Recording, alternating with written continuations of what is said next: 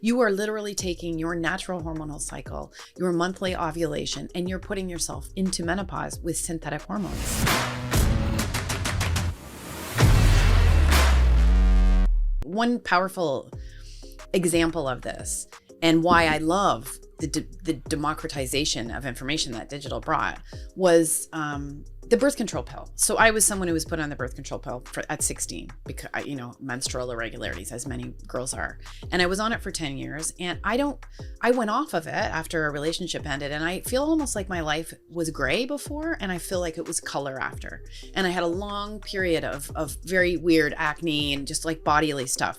So I became very interested in what was that birth control pill doing to me? Because what I was told was it was just regulating my hormones and making everything nice.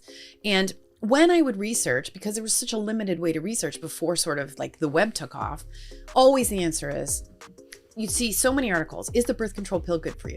Yes, always. You always have a doctor saying, yes, it's great.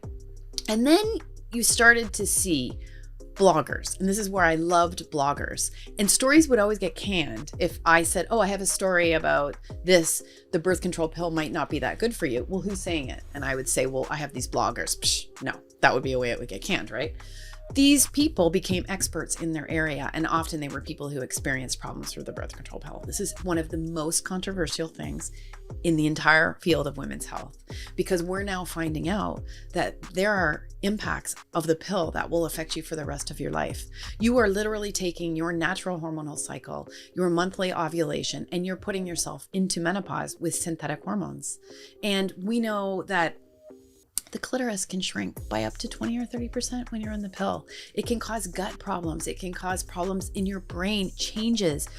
There's studies that you actually might choose a different partner. These things have all come out.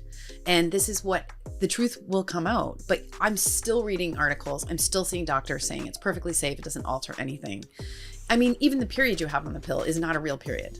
So this is just one example where I feel like I just love seeing this. I just love seeing people focusing on the truth, putting it out, even if you're not going to see that, because big pharma, the pill is one of the most lucrative, surely, and also hot button topics because it brought us our freedom, Are there different pills that do less damage versus other ones, or different methods, or is everything in the same boat of damage? It's really weird because I was told at 16, this is the mini pill. It's a progesterone only pill.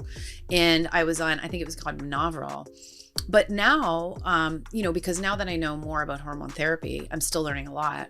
There is a difference between progesterone, which is what we make in our body that is bioidentical, and forms of estrogen that are bioidentical, and synthetic hormones.